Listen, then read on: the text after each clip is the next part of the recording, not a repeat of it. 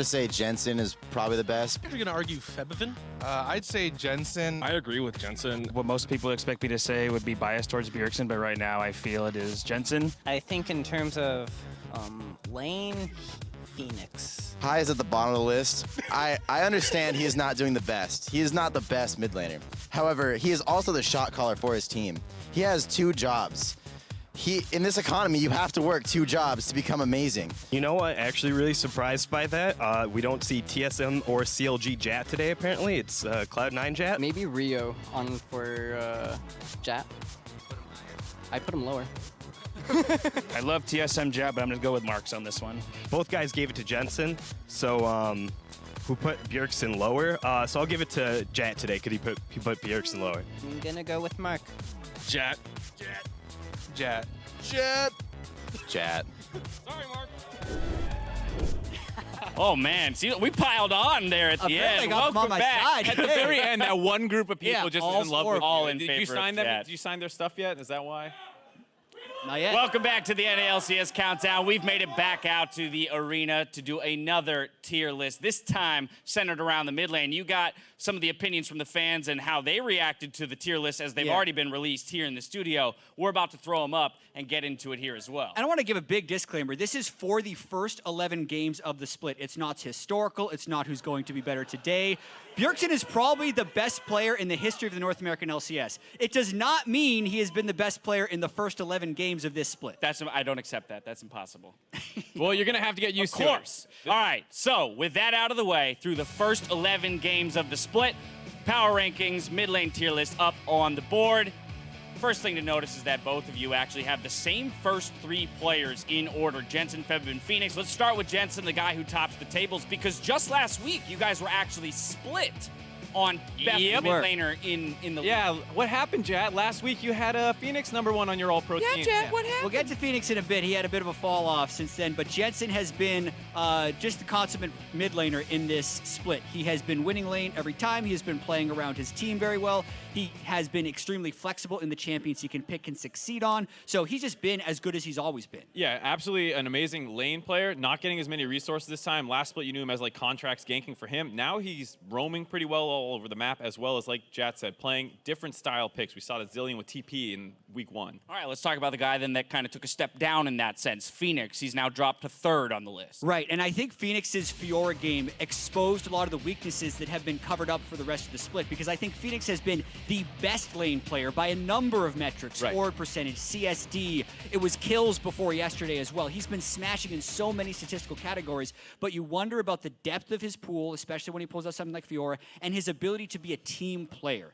Because so much of mid lane this year isn't necessarily about all of those metrics. It's about how do you ward, how do you roam, how do you team fight, not how do you 1v1 someone in lane. And that's the thing. Bjergsen got a ton of crap from the community about his pink warding. Phoenix is almost no better at all. It's very similar statistics in warding, including pink wards. His kill participation is very low. He only picks lane-focused champions. He doesn't roam around the map very well. So while he is the most lane-dominant player in mid lane right now, he also has a lot of shortcomings. All right, Phoenix dropping to 3rd means Febiven slots in at 2nd. Let's talk about the import. I mean, this is a weird one to talk about because when you look at the stats, suddenly there's just no area that he's behind on. He's very highly rated in a number of stats, and then on top of the fact, when you do the eyeball test, he's always playing extremely well. Yes, he died a couple times last game, late game, but other than that, he actually has the lowest deaths of all mid laners, so he's able to get a lot of work done on the map from a very safe position. And when I think about the way Clutch Gaming has won a lot of their games, it's getting to those late game team fights and having Febiven straight up outplay the other team in those very important moments. That's given them a lot of their wins, so that kind of catapults him up to that #2 spot. All right, well, we've talked about 3 picks that you guys are in agreement about. Now let's talk about some differentiation. The 2 players that are about to face off on stage here, Power of Evil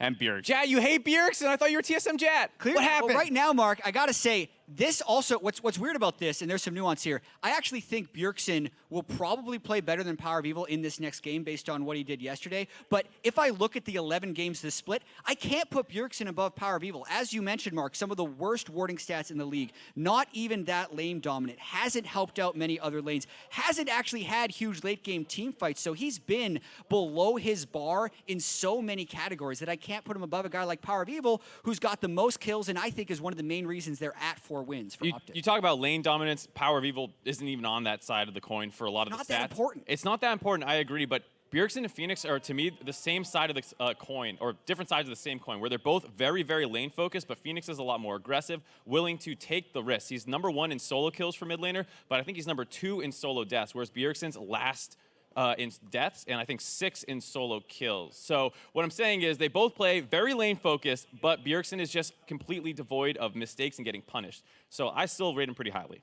All right, moving right along. We're going to go down to the bottom of the list. Huhi and Hai. I mean, credit where credit's due. Hai has to do 2 jobs, as we heard. Yeah. And Huhi if we also do a has shot to caller go. tier list, I guarantee he's at the top. All right. But for now, he's sitting in 10th. Explain.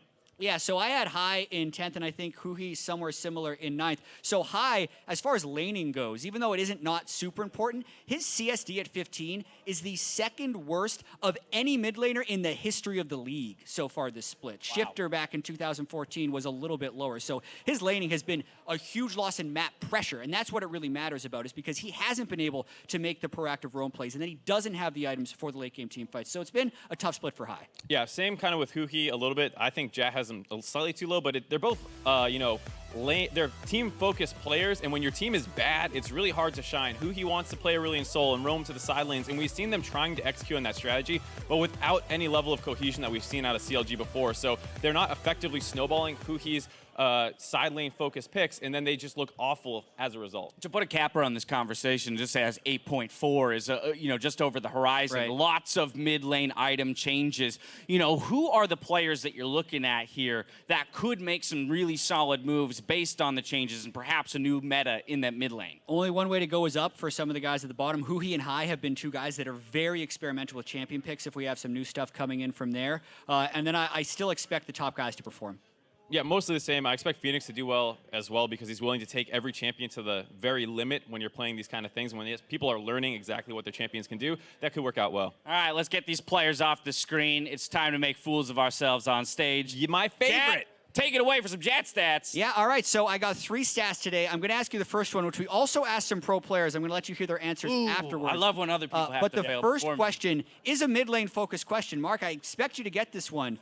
Okay. Simple question. Which mid laner has the highest jungle proximity percentage, which means their jungler ganks for them the most? I believe I know this. Which mid laner? Let's have Dash say it first. Well, then. am I helping you again? Yeah. Are you helping me Their again? team. Have you Yes, ever the helped team. me in this? Well, sometimes. Not enough, admittedly. Yes, we can agree on that. Okay, not Bjergsen, not Jensen. Nope. Not, Pobelter had really high jungle proximity. Mark, Yes. what is your answer? Power of Evil. Is it? Okay, well, I'm going to believe him. He Well- was so confident. I'm going to say Power of Evil too. Let's get the free I'm point. not sure. Let's hear what I'll the take pros the had to free say. point. It's him. I kind of want to think it's like C9 or TSM, but that is a good question. Oh, it's probably Golden Guardians. Is it high? I'm gonna guess that C9 has the highest jungle proximity. I think just from watching Echo Fox games, I think Phoenix. Okay, well, I haven't been in LCS much, but for me watching C9, I'll just go with C9. Jensen or Bjergsen? Bjergsen just calls for mainly wards, but Jensen tries to look for a lot of like aggressive plays mid, so I probably think it's Jensen. I feel like it's a trick question, so I'm not gonna say like Jensen or Bjergsen or any of them. So I'm gonna say PoE. Anda and Mark and Let's Dash go. got it. It's Woo! Power of Evil, highest jungle proximity. Not Acadian so easy, is has it? spent 27% of his 3 to 15 minutes within 1,500 units of Power of Evil in that mid lane. Only reason I know that is the tier list because I had to do a lot of research. So. All right, second question, multiple choice, so the crowd can get a little involved if they want to. Please It's do. a champion question. These 4 champs have led the NALCS in CSD at 15, more than 10 games played. Which of these champions has the best CSD at 15 in the NLCS? So the choices are going to be A, Vladimir, B, Gnar, C, Azir, or D, Skarner. Ooh, this is tricky because Skarner. These are the top, That feels four. unfair. A jungle champion in this? CSD at 15. These are the top 4. So the reason it's interesting is because he's the fastest clearing jungler in the current meta. Well, I so understand it makes that. sense. Vladimir's usually only picked into matchups he smashes, and Yeah. Huni plays a lot of Vladimir. Phoenix plays some Vladimir. This is like Price is See? Right. They're shouting I'm out. going with my boy. you can I'm use the going with my crowd. boy who had high with the 2 jobs in the shot clock. He says Azir. He's going Azir. I'm gonna go with it. Mark. I swear to God, if this is wrong, I'm kicking you out. I'm gonna go A, Vladimir. B, Nar. So close. Get out of here! Yeah. It's super close. Azir was at 11.4 and is 11.7 Oh, there you go. for Nar. Ah, All right. So tragic. final question. This is a stat about bottom lane. So this is the one you're I haven't done not any super happy research about. on bottom exactly. lane. Wait, So we spent the last 2 days talking there's a mid. ranking. It is damage dealt per gold. So it's damage gold ratio. Like if you have a lot of gold, dealt a lot of damage, you'd be low for this. All of these 80 carries won yesterday. One of them for the season has the worst damage to gold ratio. So the 80 carries that won yesterday, we have A, Cody Sun. I hope we're going to get to this because I don't have it by memory. B, Apollo, C, Sven, D, Arrow, or E, Double Lift. Why would you throw a 5th on there on a stat that we have never talked about? Because I'm all gonna these be guys honest, won I only yesterday. followed the stat halfway through, so I don't even really know Damage what gold we're- ratio. All right, it's not double lift. His DPM's really low. I already just know that. and I Cody assume- Sun had So no, disgustingly it's high the DPM. worst. It's So you- gold Oh, you're looking for the worst. For the worst. Oh, worst It in potentially damage is the- dealt per gold. I thought you were looking for Yes. the best. So you're Okay. looking for who's getting resources and not dealing damage is essentially Correct. what Yes. we're looking at. So you're So- going with Arrow? No, I was saying double lift. I know has low DPM Okay. A lot of and gets C. some CS. I might go. Clutch D. has. Gonna have to lock this in. I think go it's E. either I've C already or done E. E. I'm E. I'm gonna go. Dash. I'll go C. It's E, Mark. You got a double lift. Somehow it's because, I won't say it's because double lift takes a lot of resource and doesn't do anything with them. I'll say it's because they end games quickly. Yes, And exactly. that lowers his damage stats, but because they're killing all the turrets, he gets a lot of gold. Can we move on to something that We're you moving guys on. suck at? Yes. I don't. Yes, Great. answer over. Prediction. We're not that bad. Debatable. Let's get them up on the board. Let's see who you guys picked for today's matchups. We got some really interesting. Oh, actually, before we do that, we decided to play another game today. The inanimate objects haven't been doing so well against you guys, so I decided to bring in an animate object and/or person. Let's go. So we reached out to one of our PAs, Joel, one of our stage managers here on the show, to get some predictions. We're gonna roll that clip and throw them up on the board. I like TSM. I don't really have a good reason for it, but I'm gonna go with it. 100 Thieves. I think the whole team rocks Yeezys. Fox, Huni. COG, Darshan is always really nice to me in the hallways. I can't go against that. I'm gonna go with Clutch. I believe they're gonna live up to their name today. I mean, honestly, see, those are with really how- similar to my prediction. With how random the LCS is, that reasoning's fine. That's totally. Well, I was about to reasoning. say, that's what I love. His reasoning's Joel. very concise. The two of you blather on for ages trying to justify your picks, and you're still wrong almost half the time. So, all right, let's talk about some of this. +9. That's almost half the time. All right. With a very Well, liberal it's not a Thieves definition game, of though. almost. Yeah, right. But TSM, you guys are all in agreement there. Let's talk about Yeah. the second game, though. FlyQuest 100 Thieves. Mark, you're going with the FlyQuest upset. So yesterday I didn't go with my gut, and TSM upset, and this is another one that's like a gut check where I'm like 100 Thieves riding high off their win yesterday. They talk about having a great week. FlyQuest actually played a pretty close game to TL. If they were a little more decisive in their shot call, and they could have won it. So gut tells me it's going to be a come-down game for 100 Thieves. 100 Thieves smashed C9 yesterday. I can't go against him. That's fair enough. The last thing I want to talk about real quick is I want to force you guys to justify that clutch win. Since you both picked C9, justify. 5-game winning streak for Clutch. You got to There it start is. giving them credit eventually. This game will basically, if they win this one, they're getting the credit. I was going to say, is this the time? If they win today, do we finally call them solidly a top-tier team in the NALCS? I think you have to if you beat the team that was formerly number 2. Fair enough. One more thing to take care of before we get into games. Win conditions, TSM Optic, rather. Ah! Was that at us? No, he can't hear you, Dash. He's got the Oh. headset on. Well, yesterday, Yeah. Cloud9 was Yeah, paying they saw the attention to screen. our win conditions. I think these guys might want to do the same. Anyways, my win condition, if I may, James, is I want to see. You may. Yes, thank you. I would like to see TSM smash top lane. Dokla had a good showing in his first game yesterday, but he still fell 40 CS behind. TSM is not known for smashing top lane, but I'd love for this to be the game where they make a concerted effort up there, take advantage of the guy playing only a second game, and number 2, these games generally go late, don't get outscaled. All right, Yeah. Kat. We actually double blind these win conditions and came up to the same conclusion. So mine for Optic was don't get smashed top lane. Stop copying me. You and did then this also yesterday. don't get outscaled. The last time they played it went super late game, and I think Power of Evil has stepped up since then. He needs to carry in the late game. We got to keep you two separate. We more were often. separate. I love it. All right, well, ladies and gentlemen, there you have it. That's going to do for the countdown. Time to throw it to the casters to get us into the day's games. Sometimes you wish it just doesn't have to end. Thank you very much, Dash, and welcome for Champion Selective Game 1. I am Riving DeBiz in the third, joined by Aiden, Zyrene, Moon, and I'm excited about that as much as about these games. Yeah, and I only work one job, so happy about that too. We're gonna have to work hard on this one. It's gonna be a good game between Optic and TSM. We just heard a little bit of that love. Power of Evil gets that help in the mid lane. Power of Evil versus Bjergsen has always been a thing that goes back and forth in favor of Power of Evil. We'll see if it still trends that way heading into game. Yeah, it didn't work that way for Power of Evil last time that they met up against each other. Kind of Bjergsen got the better of that matchup. That is true. And that is true. It is evening out the record slightly over time, but I want to talk about the win conditions that both Mark Z and Jad had, where they had to focus the top lane, right? You're looking at Dokla, who just came in, and despite having a large CS disadvantage or difference at 15, I still feel like playing around the top lane is something that Optic as a team doesn't really know how to do in terms of lane assignments. So today, I'm not just looking at Dokla's stats, I'm looking at where they put him on the map, because I don't think his stats were telling of his performance, but more indicative of an Optic issue overall. I think it helps a little bit that Dokla as well had Acadian and Elimination for a few of the Academy games in the beginning, so it's not the first few times he played with them. Had a decent game on Camille yesterday as well, but also saying to himself, I need to kind of now step up. I'm versus TSM. We're versus Haunter in that top lane, and if I'm not getting a lot of help, I need to be able to hold that lane by myself. Yeah, and Haunter just had a pretty good game yesterday up against Huni in the top lane on Echo Fox, where TSM won against Echo Fox, giving them their second loss of the entire season so far. So TSM are coming off of that win, but of course, there's actually been this kind of strange inconsistency for TSM. They have been consistently inconsistent. And if you go by their weeks, in week 1, they went 0-2, then they went 1-1, then 2-0, then 1-1, then 0-2, and now they have one win. If they go 1 win, 1 loss here, it's a complete mirror back and forth on their season. So he's bad at these trending math problems. I mean, what's the next number? What is X?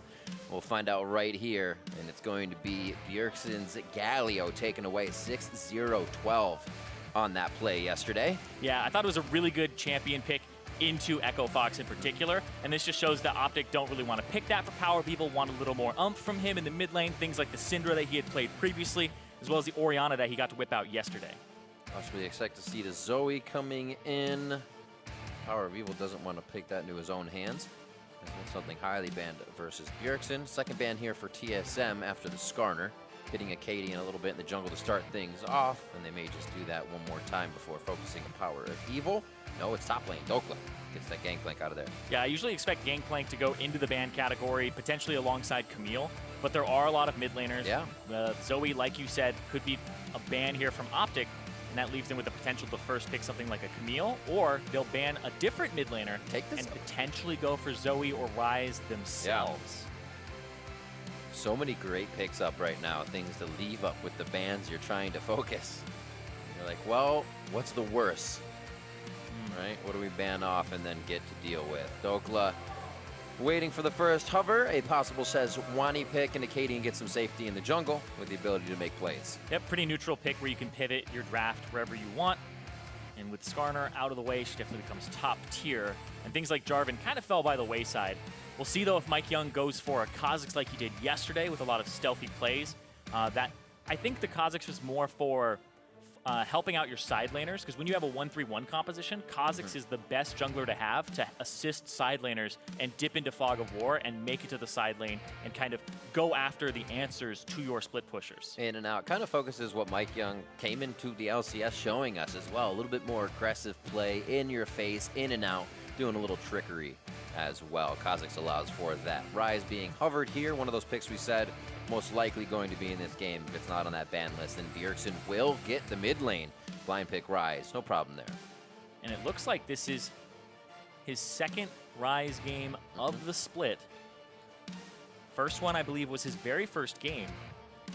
And so he hasn't been whipped it out since he played in week 1. I believe you're right. However, I wrote his name down instead of the champion. Checking through the stats. Bjergsen was 1-0-0 instead of Ryze's first game. Yeah. Camille getting locked in at 20 seconds now for Power of Evil. Usually kind of letting their time run down here in this first phase of the picks. Yeah, I wonder if he'll go for the Cassiopeia. He has already played, I believe, the Victor once, went 8-1-4 on that champion.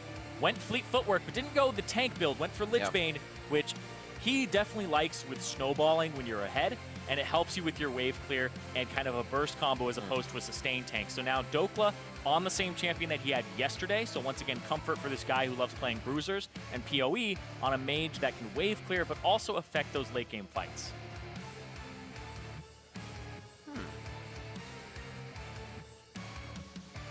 So scaling lanes coming in for TSM here, kind of holding out in the early game, keeps things safe. Ban phase 2 coming through. What will they decide? I already have mid lane for Power of Evil. He feels good on that Victor, and we heard might be seeing a little bit more of him as we've heard the mid laners kind of talk about around the scene.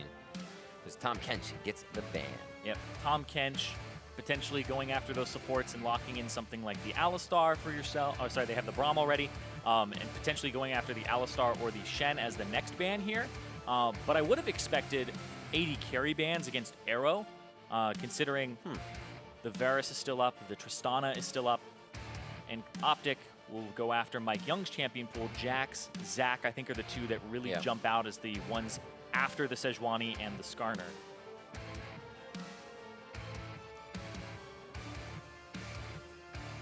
Pretty slow ban phase.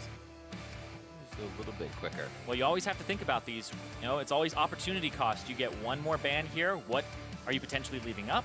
And it looks like they're just trying to block. They're trying to block a Xayah Rakan combo that could have come out here in the 4-5 spot for Optic. That is something that you do have to be conscious of whenever your enemy has 2 picks back to back. So on red side, it's the first round for them, and then on blue side, it's both the second and the third rounds. Still a lot of those 80 carries that he plays. I mean, Twitch, Kalista, Kog'Maw, Draven, and Kalista gets locked down by Rune Prison, so maybe not. All of these things Arrow still has under his belt, and now Sven ready to pick his bot lane, or possibly, or he has bot lane rather. Yeah. Ready to pick what is in that top lane or in that jungle, I should say.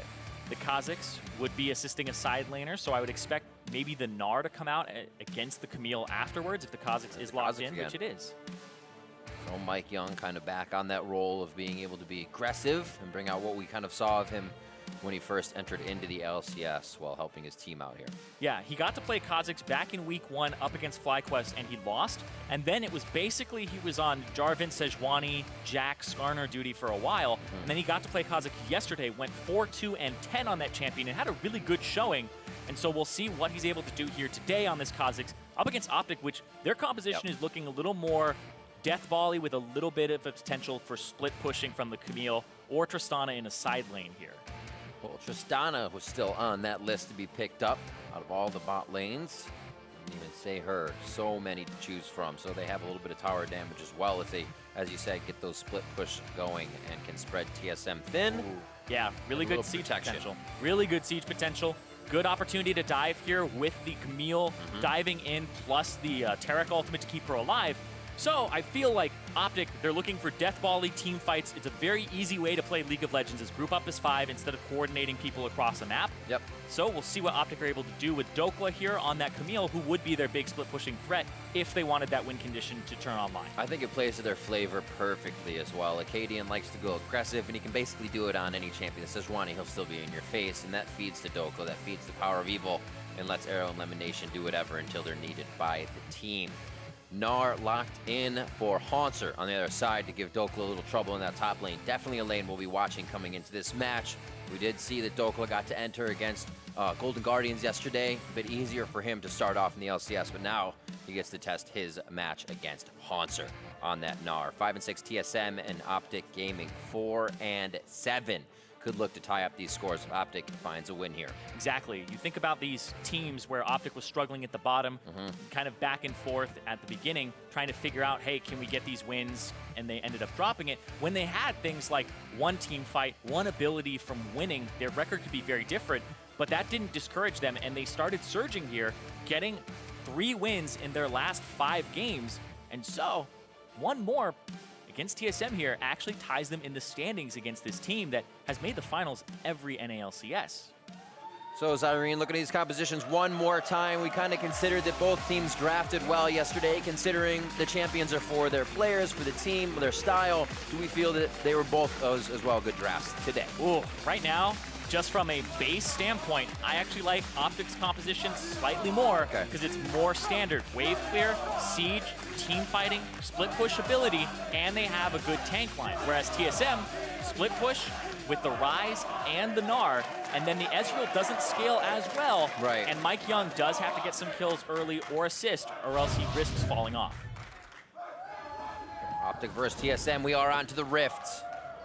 Week 6, day 2, game 1. Let's see what these teams have for each other. What homework was done? Somebody went to bed earlier, stayed up last night. We'll know. We will know. Right down the mid lane, everybody sets up the line of scrimmage. Doesn't look like anything crazy will happen as Optic spreads out, and so does TSM.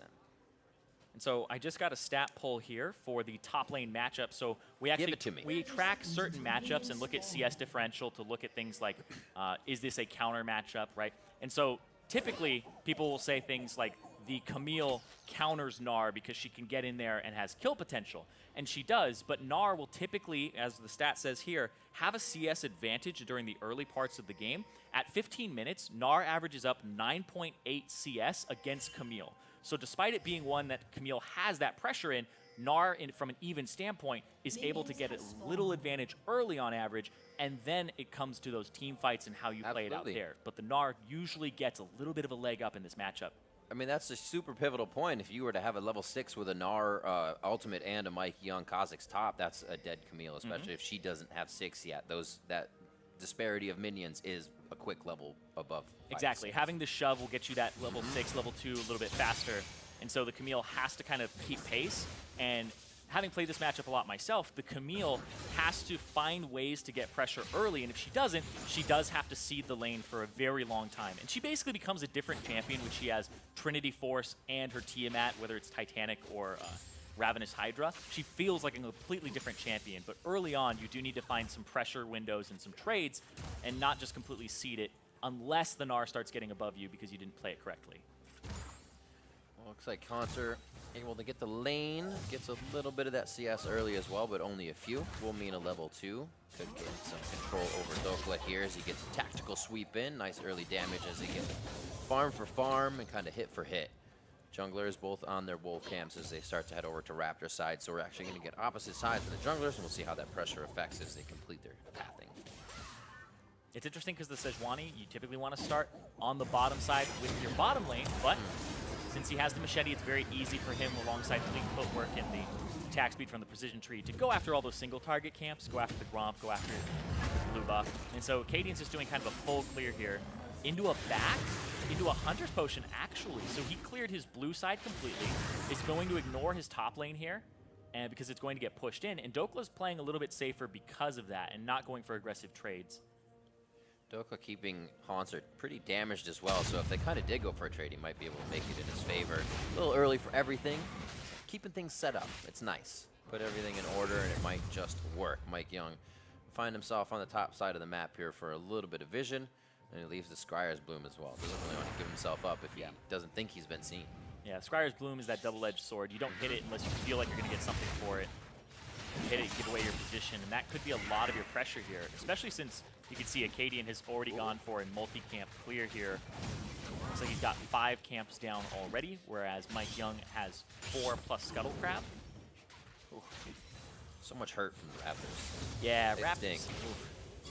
It doesn't feel good until you get Hunter's Talisman, or Hunter's, Talisman. Right. And when you do, it just feels great. They're basically a health potion for you as Sejuani. You get to W them, walk away, and they just heal you. So now, kind of a mirror image here, Acadian trying to get that deep vision in, but he puts a forward pink ward, hoping to keep that vision for quite a while, and that's not really a brush you would walk through as a Kha'Zix if you will. You keep yourself on the sides, and you keep farming it out to hit the side lanes. Now coming around behind Bjergsen, he just saw a little bit of love from Mike Young in mid, so they know he may be out playing with the camps. Bjergsen's able to walk out of that. So same on both sides. A little jungle pressure to mid as we expect for Power of Evil, having that very high jungle proximity for himself. He still gets love from Acadian. They're going to walk into Mike Young, and they got to know that's happening. The vision's on the bottom, but they say, we can still fight Mike Young if he comes into Mike this. went in. And he walks straight into it. Has to get over the wall. That's a quick hop for himself. Not too much trouble, but that did not play out how TSM wanted it. No, not at all. Bjergsen has to blow his flash and heal, despite, he's going to have his summoner spellbook, so it'll be a little bit of a lower cooldown, but they traded 2 summoner spells on their mid laner for the one from Acadian, and Acadian is going to be a little bit safer in the jungle, so if he's able to actually find a revisit onto Bjergsen in the future, we're seeing that jungle proximity of Power of Evil come in handy there. A lot of the early action that Acadian was going for was around that mid lane. We saw like the last 45 to 60 seconds hovering PoE. Keeping those numbers. I also find it interesting that Acadian doesn't have Domination secondary, so he doesn't have Zombie Ward this game.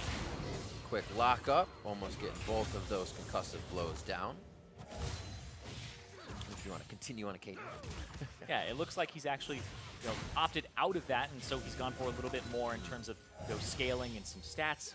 So he's not actually worried too much about Zombie Ward, which is incredibly powerful on the current patch when you have Tracker's Knife. It's not as powerful on 8.4 when the Tracker's Knife was removed, so... Maybe he heard TSM doesn't work. Maybe, but Zombie Ward would definitely give you a pretty large advantage. And Dokla... Seems like he wants to get aggressive. Little bop on the head as Hauntzer gets himself back into position to farm out the lane. 48-40 here as Dokla is able to make it back quick and apply pressure here within that laning phase, kind of cutting if Hauntzer can farm from safety.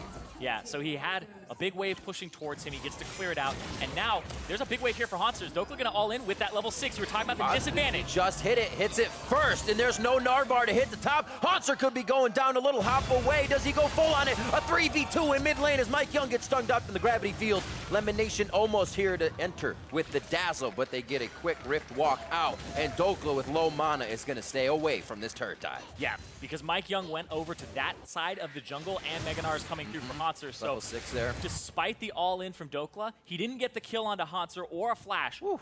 So it doesn't end up actually meaning a whole lot in the grand scheme of things. Maybe get himself I call them what? I call them gummy bears. Ooh, they're delicious. You usually call them Starburst. Starburst, that's pretty good too. That's good too. The juicy fruit? The honey fruits, as they are, as Kobe would say. Yeah, they are actually the honey fruits. That is the canon. A lot of the times, you just kind of forget they're there, and you're like, I wish I could stay in lane, I don't have health. Yeah. And you're like, oh yeah, those are there. Or I could have just kind of grabbed Scuttle and got a little HP back just from being out here longer and getting gold. I thought they were going to be fought over a little bit more when we introduced them as a concept. Like, oh, if you have priority, it's so broken because you can just go there, get health and money, don't have to back. And it's actually not that insane, but it's still really good to have. I mean, it's just better to have than not, but people don't really fight over it that much. But I am very particular about letting Scuttle get any of my honey fruit. That is absolutely a no-no. You must prevent that. Bjergsen back in the mid lane. Blue has been delivered over now, gives them an idea of where Mike Young is, but that's going to be the same here for Acadian. So it's a few mind games of knowledge that they can play here without really having the vision. About 8 minutes in as those buffs spawn again. Bjergsen with a quick push to lane. 73, doesn't have enough gold just to back yet, so it looks like he'll stay for a few more waves. 76-64 in the bot side. So TSM actually doing quite well here in the laning phase to hold steady with the team they need to get to the late game with. Yeah, and Sven pushing out the wave there, looking for a roam or a back here. I would assume a back timer. They're always very particular about their back timers here. When I was watching the NALCS Lounge with Sven and Mithy, they were constantly talking about back timers. It's like, you can get a good back timer here. Force pressure. It's like, okay, I mean, you could do something else, but it's like, no, back timer, back timer. So he got a back timer where he got Tyr and Sheen simultaneously instead of a very early Tyr into a Sheen. So it's a great back timer. Kind of get both of them at the same time, which actually is a good back timer because then you have an offensive item and one that you're scaling up, as opposed to you just have a Tyr where the other guy has like a pickaxe or something. So you actually lose trades at that point, whereas with the Sheen, you do actually win a lot of the trades in the poke ahead of time. That is a prime back timer. Something to write home about. No matter what I say about them, is just repeat that. I love it. It's fun.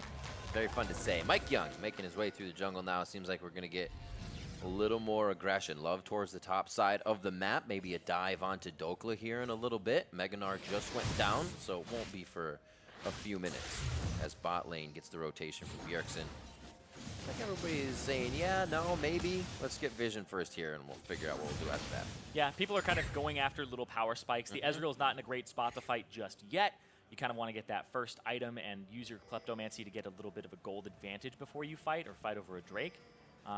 And then for things like Rise, you really want the Abyssal Mask in a tier before you start going and looking for all-ins. Same thing with Victor. Like, you really do need like a 3,000 gold per champion to really start looking for those fights, especially after what happened in that early part of the game where PoE blew his flash after Bjergsen did now. So waiting for some summoner spells to come back up and waiting for some item spikes here.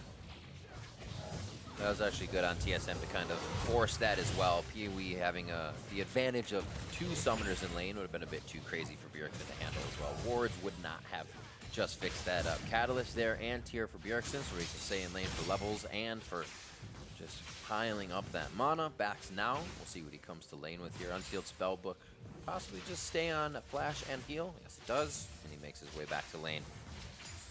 Yep, doesn't have to swap out the heal for teleport because he isn't really getting shoved in here from PoE just yet. PoE has the second upgrade with both his E and his Q upgraded. So he has the shove and then he has the extra shield on his Q, movement speed, which really does make the fleet footwork work. Yep.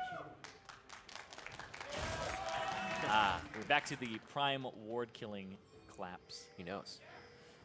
Dokla actually went pretty far to find that one. Good for him. Yeah, I actually really like that as Camille. Is if you ever get lane priority, which he will with the Tiamat sometimes, just roam towards mid, look to use your ultimate, and then you can go for kills and fish for them. If you're not getting kills on your lane opponent, at least affect the map. And it's things that people used to do in Season 3 where they would roam from top to mid back when people didn't use teleport. You just keep going mid and trying to affect another lane. And that's exactly what Dokla was kind of doing there, especially since he doesn't have his teleport anymore, and Hauntzer does. So he's actually putting his team at a disadvantage here, because he can't TP in here, and you can see that they brought Mike Young down to try and force this turret. So overall, from that 8th minute, when we kind of saw everybody on the left side of the jungle, or a little bit over 8, maybe 10 minutes, it was wards for TSM. Now they've moved a lot of wards bottom, but still have a full set of wards across the map as they continue to push. This now helps them get the bot lane. We see Optic has tried to set up the defense, but TSM has still kind of put all these wards around the pinks. They can't be seen, and they're still getting vision. Interesting. Yeah, there's just a lot of vision coming down from TSM in the jungle as they pushed up. And you can see Sven was able to push for that turret alongside Mithy. And a lot of that was the pressure that they were providing in lane.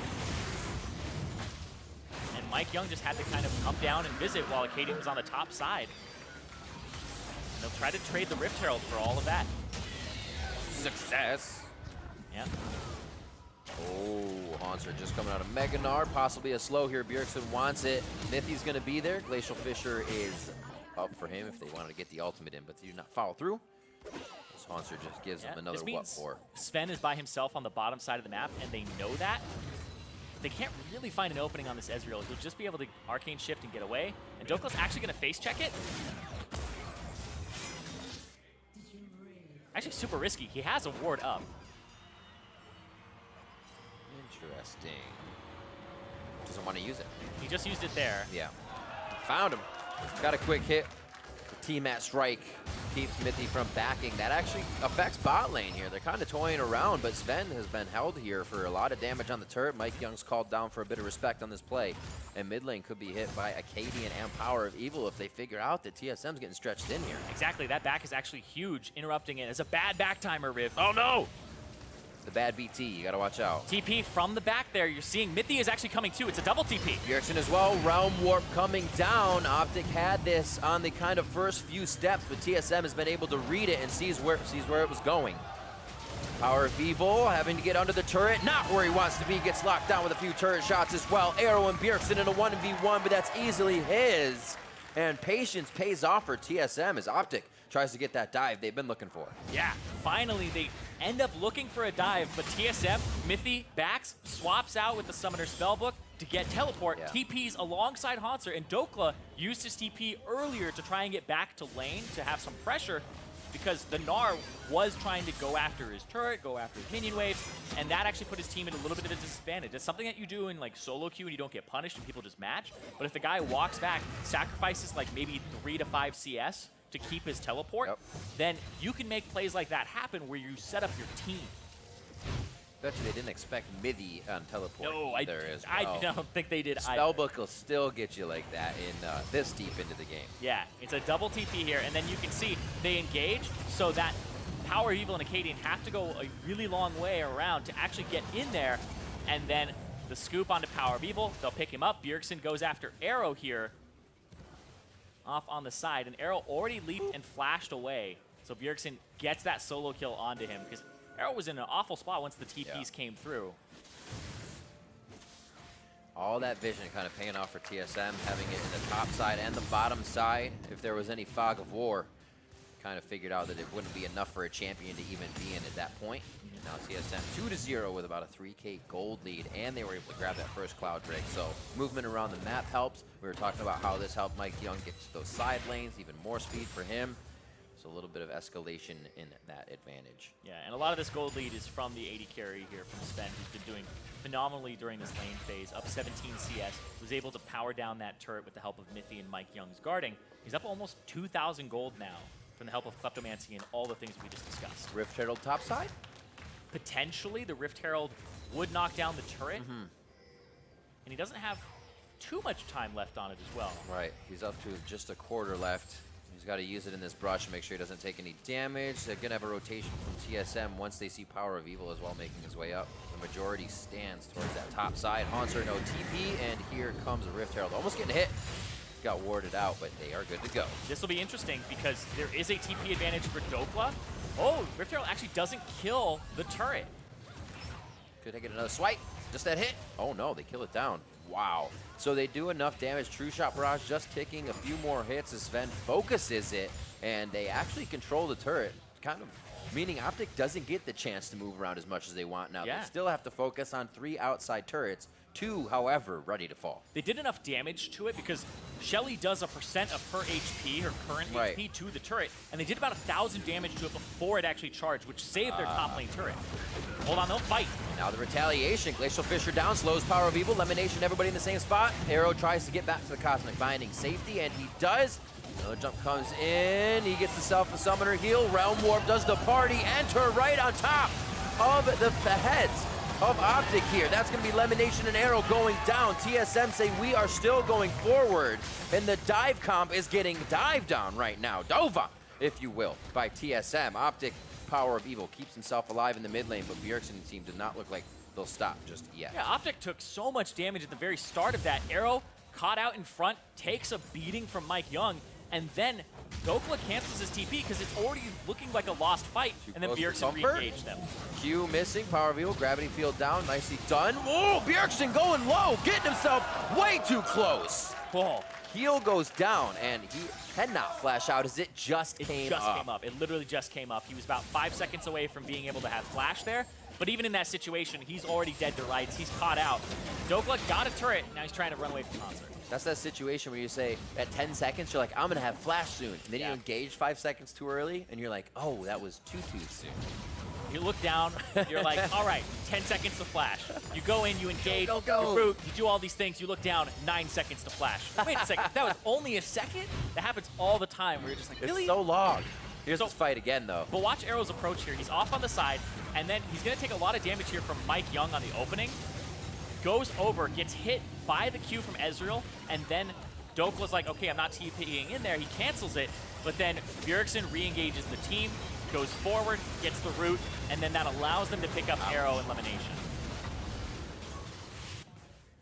Now, you see the secondary as top lane just got taken during that replay. Power of Evil, they throw the Gravity Field down, and Bjergsen a little too heady on the play. Yeah, it was a good hover from Acadian to be on that side, and it was bad for Bjergsen to feint towards that side because he didn't have control of that jungle. He had control of the left side jungle. Holy wards for TSM as we come out of that replay as well. That bot side, even top side near the blue, completely envision a security system for TSM to keep themselves safe here. Question marks go down onto the Ocean Drake. Mountain was taken. I should say that was onto Acadian as Mountain was just taken.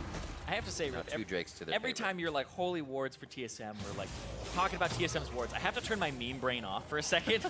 I'm just like, wait, is he memeing about TSM's team? Oh, okay, he's actually talking. But they're real, there are wards. About the real wards on the map. Ugh. I'm a rare memer. Yeah, I've actually noticed that. Rare memer, big jokester. You're like, no, you'll meme if it's like a quality one, it's a refined one. You gotta get that, the essence of the meme.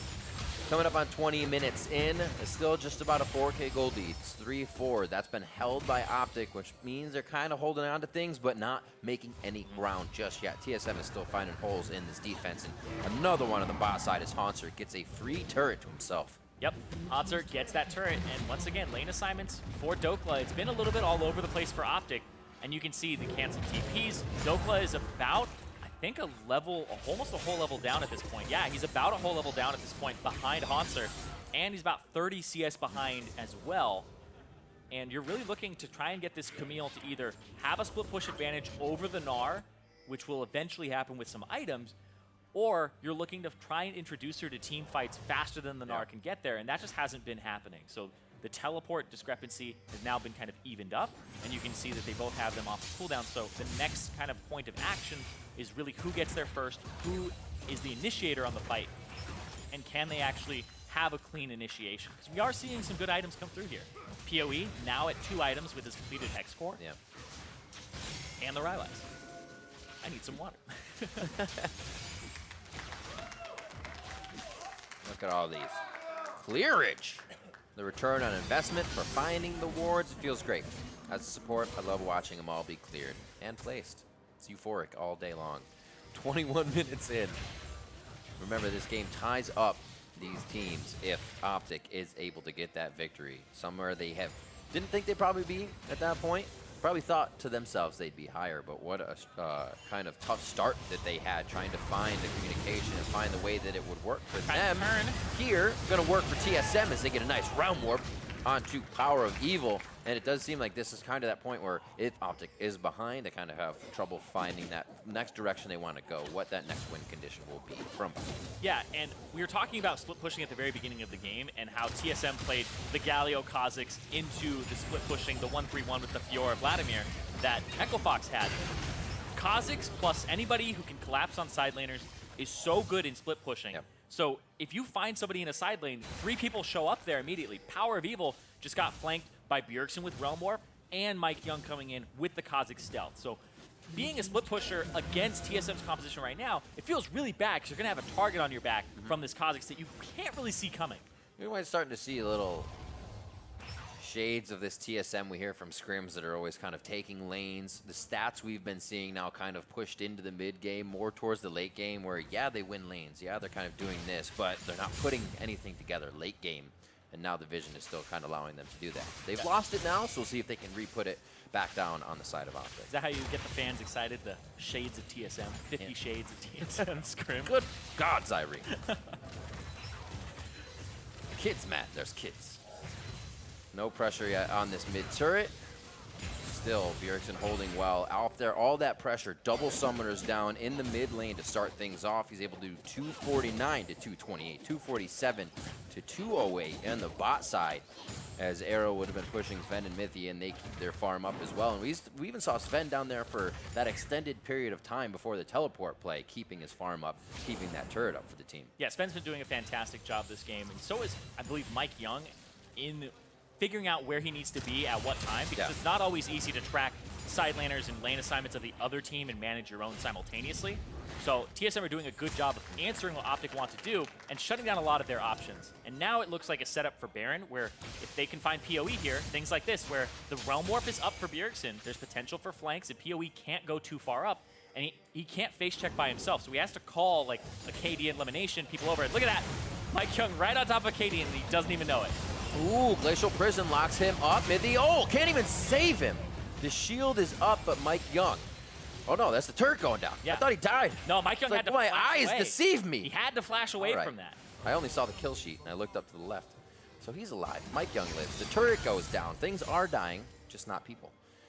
24 minutes now, and it's the mid lane they want to try to get here. Hauntzer doing so much work on the other side of the map and making things work for the team. Yep. We're going to see if Bjergsen can start to do that on the top side now as he pushes in. And Dokla, a little respect paid here, but Hauntzer would probably still take this fight pretty good. I actually think Dokla's in a really good position once he gets the Ravenous Hydra. That'll turn him on in terms of the split push build, and he'll be in a really good spot to deal with the Gnar and keep tabs on him, especially since he's at level 14 now, where you'll have the maxed hook shot, and he has 4 points in Precision Protocol. So when he hits level 15, he'll have the max Q and E, which really help Camille out. You want that gap closer and that primary damage ability maxed before you can really kind of deal with the Gnar. And is there anything in the situation that you actually have to dodge, have to make sure you're missing? Maybe a few boomerangs, or can you just take it all out? Whoa, you can't be doing that. Oh, though. not a 3v1. Blast going back over when you kind of make the other decision. He wishes he made that one first, but not going in. We see Dokla going down as he gets a little ahead of himself there and kind of leaps before he looks. Yeah, absolutely. Perfect way to put it, Riv. Leaped in, he has a control ward, and he had a few seconds before his warding totem, but they're just able to go after him and collapse, and here's a TP onto Acadian. Oh, slows, hyper, flash, Mitty over the wall with the flash. Glacial Fisher to lock down the remaining members on the caboose of the exit train from Optic, and that one falls right off the rails. TSM to Baron. TSM are finding those little cracks in the armor for Optic, and they are just making them huge gashes, making it so that Dokla, one mistake, huge punish across the entire team. He got caught, they get to make a TP play on the other side, and they get Baron. Seems like everything TSM is kind of putting on their plate, they get with little struggle. Yeah. This one, they put themselves in a little bit of a position and then say, we have the control of the fight. But watch this from Mithy. The flash ultimate tags Acadian. Even if Acadian wasn't going to flash there, he still has to go over a slow zone, and it really does cut off options. So it's a fantastic ultimate there from Mithy and the flash. That was beautiful. Not giving really Optic a chance to breathe in this situation. You know, Optic set up a bushwhack on the bot side. Nobody is going to try to take down Dokla just yet. Oh no! It's Hauntzer! Walks into the brush. He's going to face check and go down. Optic also trying to pull things out of the woodwork here for themselves as TSM grabs another Drake. Yeah, Sven was on the top side, so they're able to make a play, and even if that gets turned around there, they have a 4v5 in favor of Optic having the 5 members. And so they'll get bot lane priority, but they trade it for mid lane priority here. And that Baron buff is going to do a lot of work here to help them get damage on this mid turret.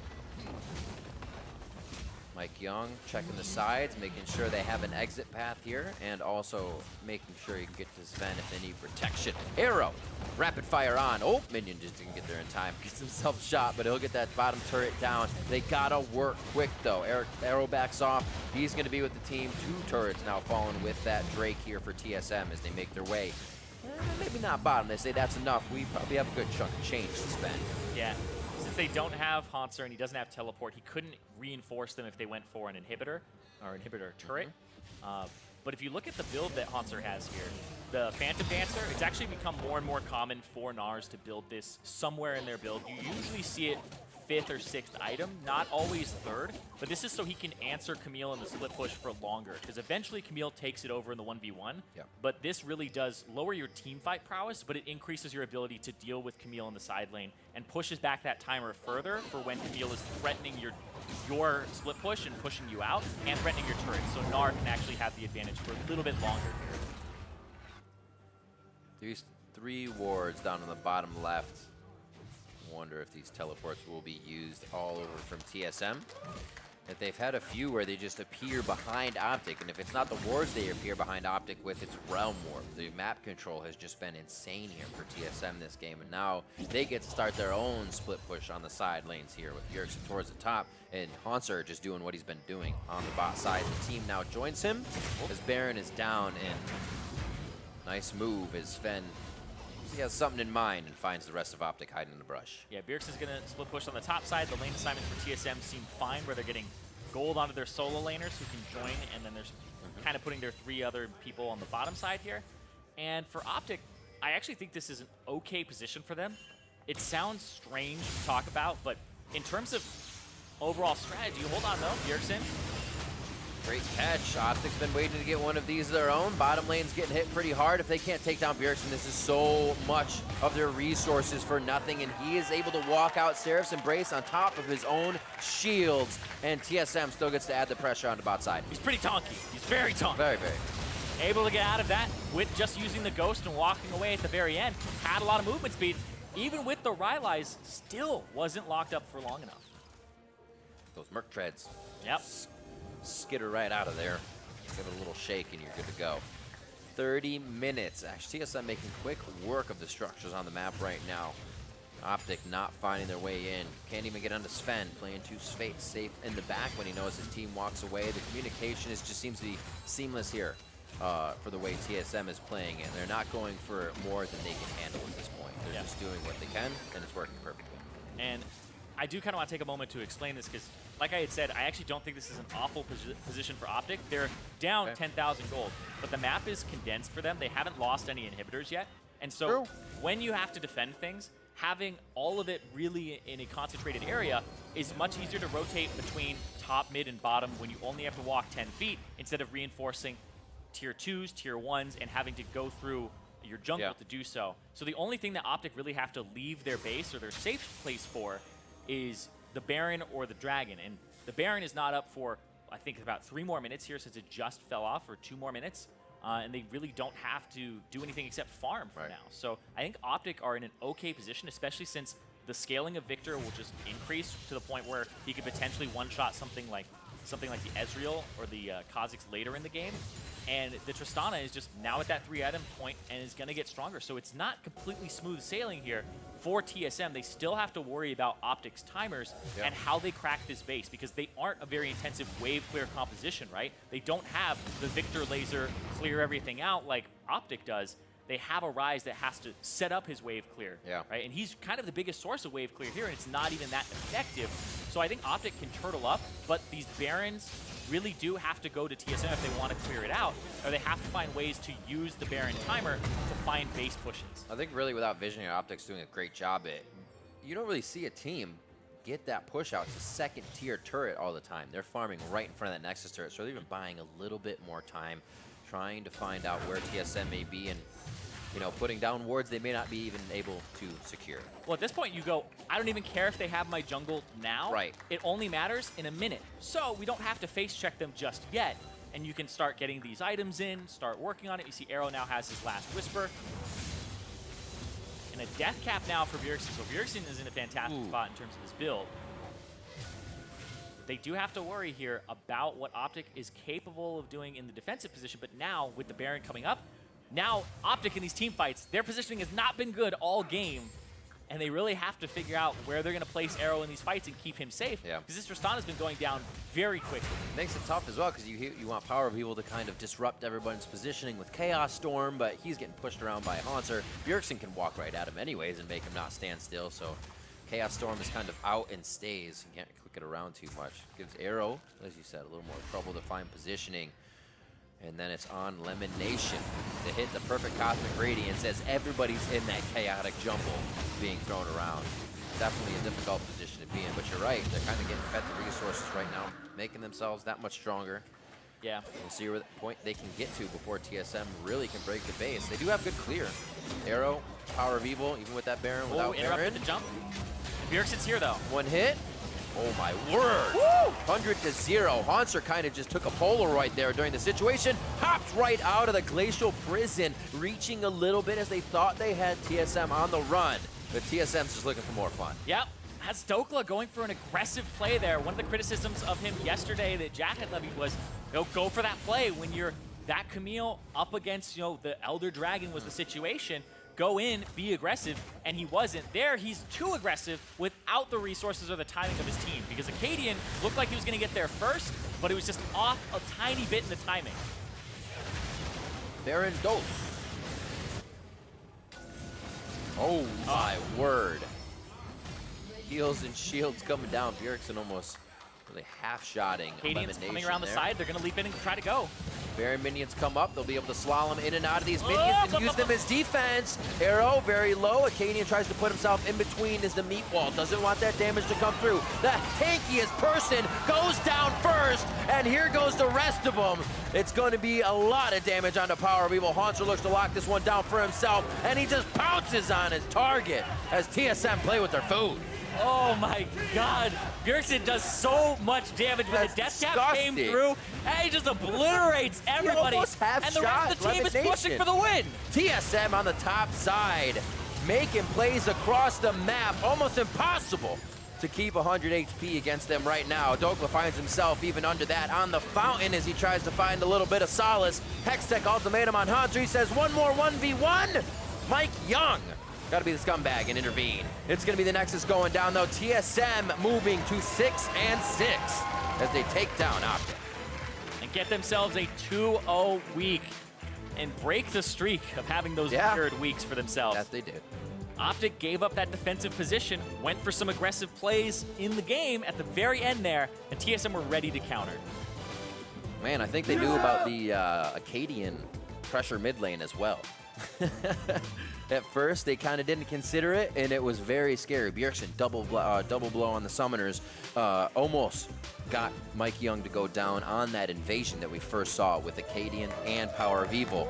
And then quickly, the boom 1-2, it turns around. There's a play in the mid lane. They get Power of Evil's flash. That lane evens back out. Bjergsen's able to get ahead, and the roams start coming in mid-game. And this kind of looked like the TSM that people were thinking would arrive at the beginning of the season. Bjergsen played phenomenally well on that rise. We saw Sven and Mithy, that bottom lane, looking fantastic in that 2-on-2. They got that very early turret with Mike Young hovering it. Mike Young was aggressive, and Haunter was able to not just win that split push for the beginning of the game, but win it throughout the entirety of the game. Dokla as well, playing quite strong towards the top side. Didn't really get kind of too much pressure either way. It seems like Dokla and Haunter were kind of left to their own, but Haunter knew towards the late game what, in a sense, not even on Dokla, what his team wants in the end, what that split push becomes for TSM. And once you're a few steps ahead and getting to the lane faster, getting to the turret faster, you saw him just taking turrets down by himself as Optic was trying to repair what was happening on the other side. Dokla, in terms of a report card for the first week, I think his first game was decent. I think that the CS disadvantage was not really his fault and more of an indicative of a team thing. And now it feels like there are a lot of issues where the teleports, putting his team at a huge disadvantage. It was very visible that Optic had to kind of play around the mistakes that Dokla made. And towards mid. Those are mistakes that last for 5 minutes and affect the whole map. When you don't have TP up, they do, and you used it to get back to lane. When you canceled your next one, there's a lot of issues that go into that, and it really does put a break on your team's pressure. And so they're playing from the back foot, and a decent amount of that is Dokla, but it's not just his fault. We saw a lot of issues with positioning in team fights, but I also think that when it got to the later parts of the game, we saw a lot of those trigger pulls, whoever's call it was, look like Optic were in a position where they could turtle, and they opted not to, even though they had been doing that for a lot of the game. It's kind of, they kept putting themselves in a fight they thought was theirs, and TSM's like, welcome to the fight. Yeah, pretty much. Welcome to the fight. 4v2, oh, this looks like our fight. No, Bjergsen's not having that. And in those situations, you kind of want to take it and get out. You know you need to get out, but somebody has to be the initiator. So when you go down, it looks bad, and it looks like, why did you do that? We're like, well, I had in mind what I wanted to do. But it just doesn't go that way, and it seems that is the way it played out for Optic, but played out in the W for TSM. And right now we're going to set it over to Avali and TSM's Void Reaver in the jungle. Thanks, guys. 2-0 weekend for TSM. Picking up the results from this weekend, are we getting closer to seeing TSM at their true form? Yeah, definitely, for sure. Like, we came off of a 0-2 weekend, and then we were able to bounce back. And I think that's the best part about it, is that even though we were 0-2, nobody was like slacking off. Nobody was like super depressed after the 0-2. Maybe I was a little depressed after like Sunday. So like Sunday night, I was just like sleeping. It was like really, really frustrating just thinking about my past mistakes. But I just knew that if I was just gonna stay in bed and if I was just gonna, stay depressed, that I wouldn't get anything done. So pretty much Tuesday when I went into practice, I recognized all my mistakes, all my failures. Like, I put most of the blame on myself. And even though some people think that the blame is going to hurt me, and sometimes it can be like really hard to overcome it, for me, I think that like the pressure of making a mistake, losing a game will only make me better, because it's always in the back of my mind when I practice now. If I do this on stage, then I'm going to throw the game for my team. So I try and be a little bit more and even more like diligent in practice. So yeah. Now, it sounds like you're incredibly headstrong in taking on whatever blame you hear and working on improving yourself. But do you have any other means of support, maybe throughout the team? Well, actually, last week I met Weldon for the first time, and I had help with Les Boy and the team overall. So that was really helpful. And I want to ask you a little bit about your play style. The last time that I spoke with you, you told me that you were playing with no regrets. Are you still working with that, and how's that working for you? I actually got a little bit lost with my play style when, like, for the past few weeks, I kind of like lost my identity. I kind of was trying to like try too much to be, you know, like no mistakes, trying to play vision control, objective control, playing, you know, for the team. But I felt that that's not always the best way to play. You just have to play. Sometimes you just have to play with the feel, and you have to play with like what works and like how you practice in solo queue, how you practice, and how you normally do things. So I think that's going to help a lot if I just focus on everything and just myself. Well, congratulations again on your successful weekend. For more on that game, let's hear from the State Farm Analyst Desk. Thank you very much, Avli. TSM bouncing back to move to 500 at 6-6 conclusion of Week 6. How fitting. Nice to hear from Mike Young there about kind of the reframing of the mindset coming into the week of practice and what he's at least been focusing on as an individual to get back to a little bit more of that aggressive play style that we once knew him for. Right, we were watching TSM Legends together, and there was some clips. It was an episode specifically about him, but there was an unbelievable amount of discussion around the jungle. We're not sure if it was edited that way because it was about him or if that was the primary focus of some of their post-game discussions, but there's clearly a ton of pressure on this kid's shoulders, and it's nice to see him come out and have a good game despite that, and hopefully he keeps learning and improving. And it's nice to hear that he's also talking about being aggressive, being himself, not over-analyzing my plays, and sometimes just going with your gut, which is important as a jungler. All right, but if we dive into this game in particular, I want to get a refresher of your win conditions as we pull them up on the screen here. There was some focus around the top lane as well as scaling. Obviously, that's not the only way to play the game. Do you feel, one, that these teams latched onto the same win conditions, and if they did, how well did they play to them? I thought that what Optic went for. They early picked the Camille, which they felt like was a power pick, didn't get crushed in the first 10 to 15 minutes. And also with Victor Camille, Tristana, you think they're going to outscale pretty well. But then the old execution hit him right in the face. Damn, that execution. Yeah, it was the kind of thing where, like Jat said, the first 10 minutes were going pretty well for Optic, pretty even CS mostly across the board minus their bot lane. So I was like, I'm a little scared as the guy who had the TSM win conditions. And then Sven and Mithy start dominating the bot lane on their own. They get that turret, and it sets up this really crazy play that's going to happen in the top lane. Right, 14 minutes in, we get all kinds of craziness. Mithy up in the top lane, going to end up with basically a 5v5, 5v4 in the bot lane. Yeah, off that bot lane pressure, TSM are going to grab the dragon. Optic want to answer on the top side with the Rift Turtle, but they get caught out a little bit. Yeah, and notice Mithy has roamed up because the bottom turret is gone for them, and TSM still has their own turret. So Mithy now is disrupting Dokla's back for a while to get a little bit of top lane pressure. And I can see what Optic is thinking here. They're thinking, man, this support is spending so long up here, we're going to get bottom lane turret. Dokla, interrupt him again. And as we're watching it, I actually think, man, what is TSM doing? This means Optic is going to prep a dive bottom lane. They're going to four-man. But Dokla doesn't have TP. TSM has TP on the top laner. And Mithy has Unsealed Spellbook. So they actually use that bait in the top lane of thinking they've made a big pressure gap and turn it around by collapsing 5 people in the bottom lane in an instant. And this is why the crushed top lane win condition kind of actually played out. There's no TP on Dokla there. He ends up, after that play, still down 30 CS about. So TSM didn't go up in the top lane and just kill Dokla 10 times, but it was the power difference in the top lane that resulted in some of that big play that eventually blew that game open. Like we said, 10K lead before 30 minutes. Right, a nice move there by TSM. Picked up 2 kills, were able to save that bot turret as well. And I just loved that play from TSM, especially because it tricked me in the moment. And I was like, man, Optic, they should punish this, right? You can see the wheels turning for Optic. Send the mid laner down there, get the jungler down there. And I hadn't been tracking Dokla's TP, and that's on Dokla when they're talking about going for that 4-man dive. Bot be like, I don't have TP, Nar does. And that should immediately be setting off alarm bells. And the bottom lane for Optic should be thinking, they have Unsealed Spellbook. Like, you need a really good team to be able to stop that play, but it's really clever by TSM to surprise them with that double TP. It was the kind of play where, as Optic, if it's just your down TP, but you have the positional advantage, you think you can still force that play. You finish the turret off, your mid jungle, is already wrapped around behind them, and even if the TP comes in behind you, you just kill the guys under the turret before they show up. But because it was the double TP, because TSM reacted well, just a really great play by them. All right, last thing I want to talk about here is the fact that TSM did pick up the 2-0 week on the back end of an 0-2 week. So moving to 6-6, how do we feel about this roster having beaten the #1 team in the league yesterday and showing some smart macro play today? Yeah, I mean, we were talking during the game that this is kind of the type of game you expected TSM to have at the start of the year with their roster, and they haven't shown that. Mind you, Optic was playing with a new top laner.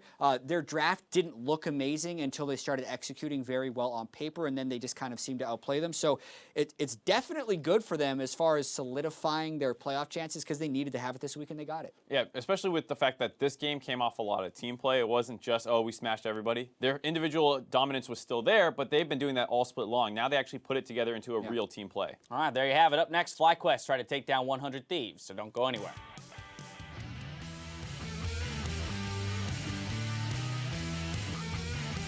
I have the highest jungle proximity of any of the junglers, by the way, to my laners. I'm just letting you know. Oh, really? Yeah. Oh, that's why you're always behind. Power of Evil having to get under the turret. Not where he wants to be. Gets locked down with a few turret shots as well. Arrow and Bjergsen in a 1v1. Yeah, I'm ulting it, let's go. All right, yeah, let's go. No sesh. I'm a Turk. Trish is dead, kill Turk. I got Turk. Doesn't want that damage to come through. The tankiest person goes down first, and here goes the rest of them. TSM moving to 6-6.